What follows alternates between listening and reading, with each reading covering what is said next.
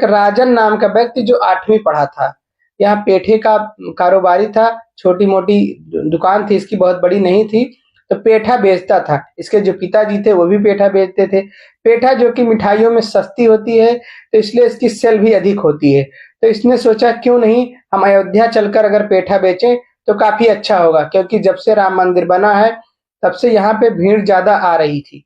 तो इसलिए इसने निश्चय किया कि हम पेठा को अयोध्या में बेचेंगे।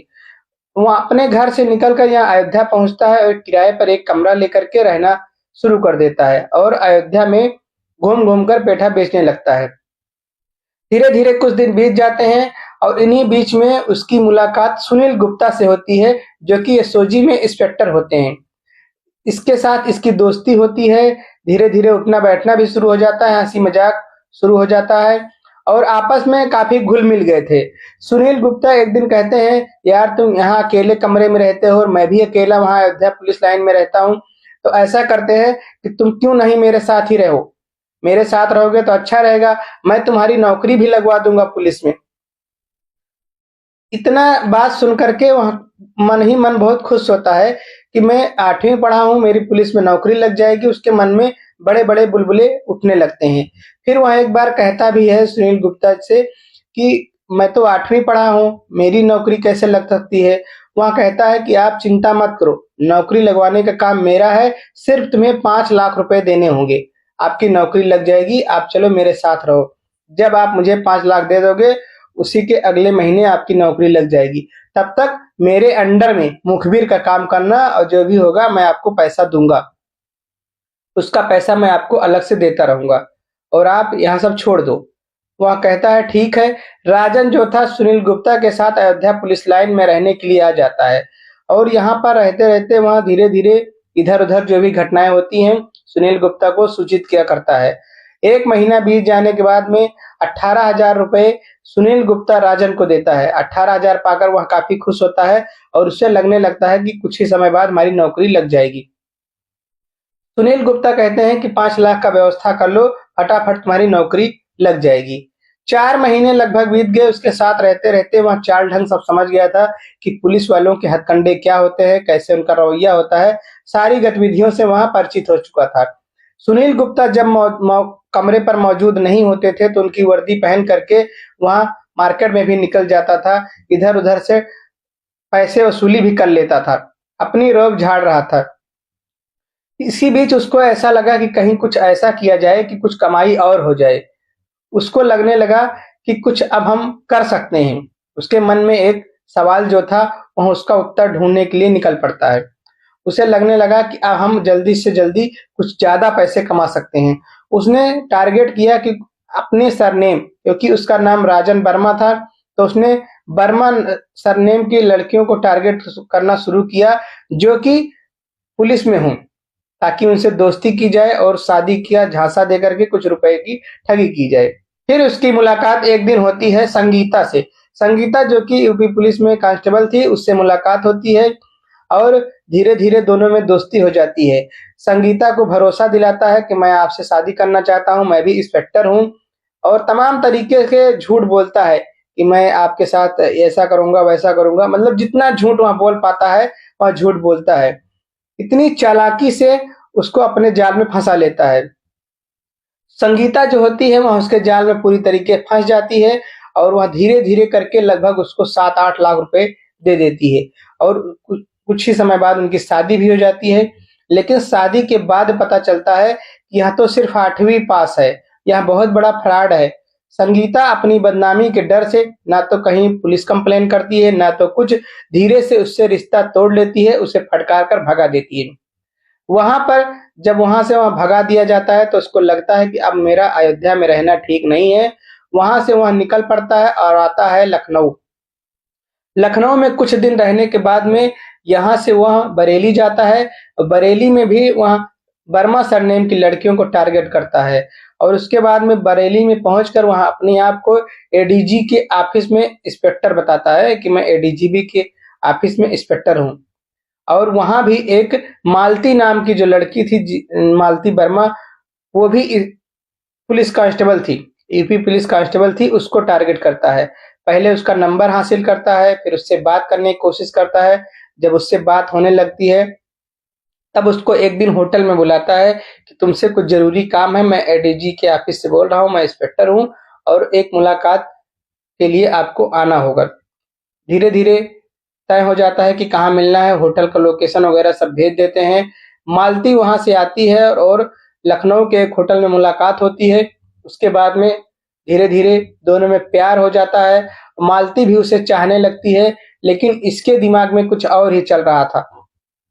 इसने मालती को झांसा दिया कि हम शादी करेंगे तुमसे और हम इंस्पेक्टर हैं, लखनऊ में हम एक फ्लैट खरीदेंगे, वहीं पे रहेंगे, आपको चिंता करने की ज़रूरत नहीं है। क्योंकि मालती जो थी वहाँ किराए के मकान में रहती थी, तो उसको लगा कि हाँ, यह भरोसे के काबिल है, यह हमारा पति बनने के काबिल है और उसके झांसे में फँस गई।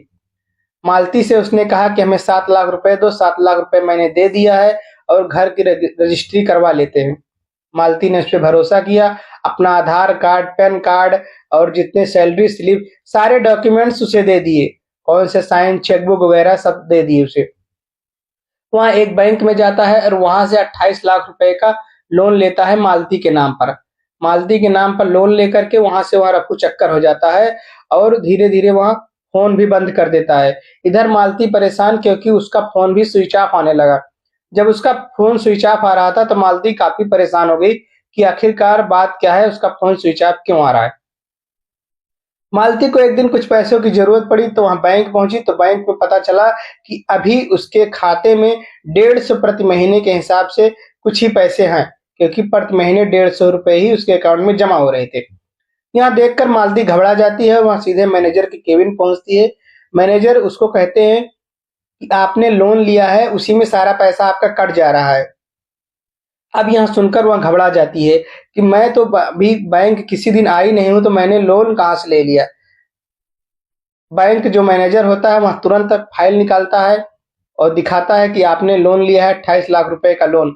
जैसे ही वह पेपर सारे डॉक्यूमेंट्स देखती है, मालती को समझने में देर नहीं लगती है कि यह कारनामे किसके हैं। मालती तुरंत बरेली के एक कोतवाली में पहुंचती है और वहीं पे राजन नाम के जो व्यक्ति था, उसके खिलाफ एफआईआर दर्ज करवा देती है।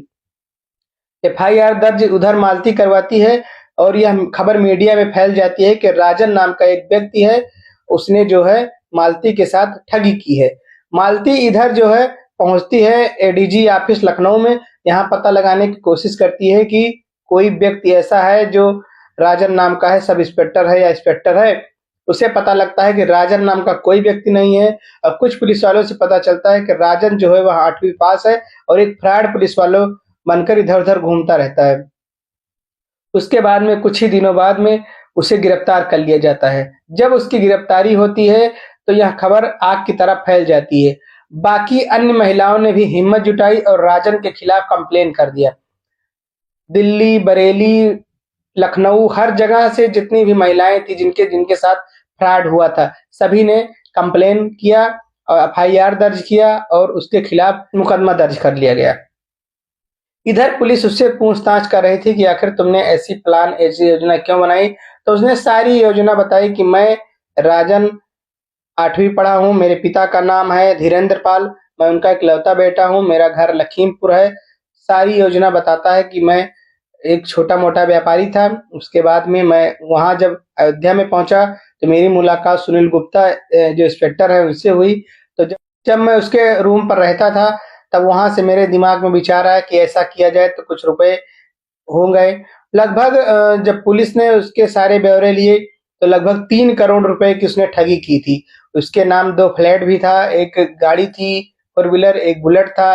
पुलिस ने उससे रुपए के बारे में पूछा तो रुपया तो एक भी नहीं मिला। उसने कहा सब कुछ रुपए मिले। उसने कहा रुपए तो सब खर्च हो गए हैं। इसके बाद में पुलिस ने उसे जेल भेज दिया गया और पुलिस सूत्रों के द्वारा बताया गया है कि अभी उसे वापस रिमांड पर लिया जा सकता है पूछताछ के लिए। तो किस तरीके से पुलिस में कार्यरत महिलाओं के साथ भी ठगी हो रही है।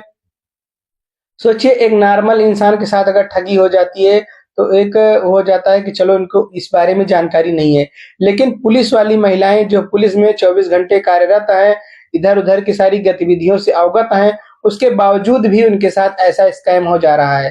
तो आप लोग भी सतर्क और सावधान रहिए क्योंकि घटना किसी के साथ भी हो सकती है। आंख मूंद कर किसी पर भरोसा करना खतरे से खाली नहीं है, चाहे वह बॉयफ्रेंड हो, गर्लफ्रेंड हो, कोई भी हो।